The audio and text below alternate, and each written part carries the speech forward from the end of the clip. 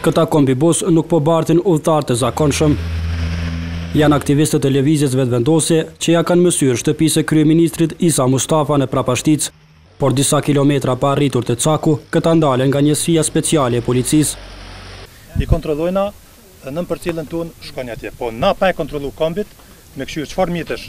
Por ndalimi i kombibusëve nuk e ndali aksionin e subjektit opozitar. Delni gjithë nga kombit, delni krejt pi kombive dhe po ecim komb. Aktivistët e vetëvendosjes janë mësyrë në këmbë shtëpisë së Mustafës. Përmes këtij baneri me emrin Isa Range, po kërkojnë që kryeministri i vendit të shet pronat e tij e jo siç thonë ata, pronat e Kosovës.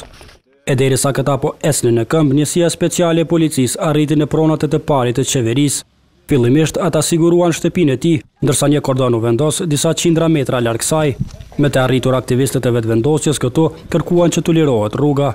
Juftoj policëve me na lëshu rrugën, nëse keni nevojë me ardhmë me neve, hajdeni me neve, nuk është kurrë problemi, por kjo pankart do të vendoset te shtëpia, te villa e Isa Mustafës. E me që kërkesa e tyre nuk u aprovua, filluan konfrontimin me policinë. Nuk munguan as arrestimet.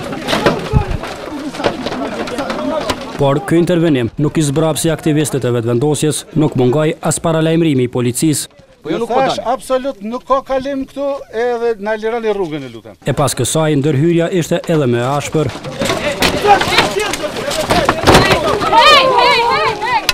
Ky intervenim bëri që dhe aksioni i vetëvendosjes të përfundoi pa vendosur pankartën tek shtëpia e kryeministrit.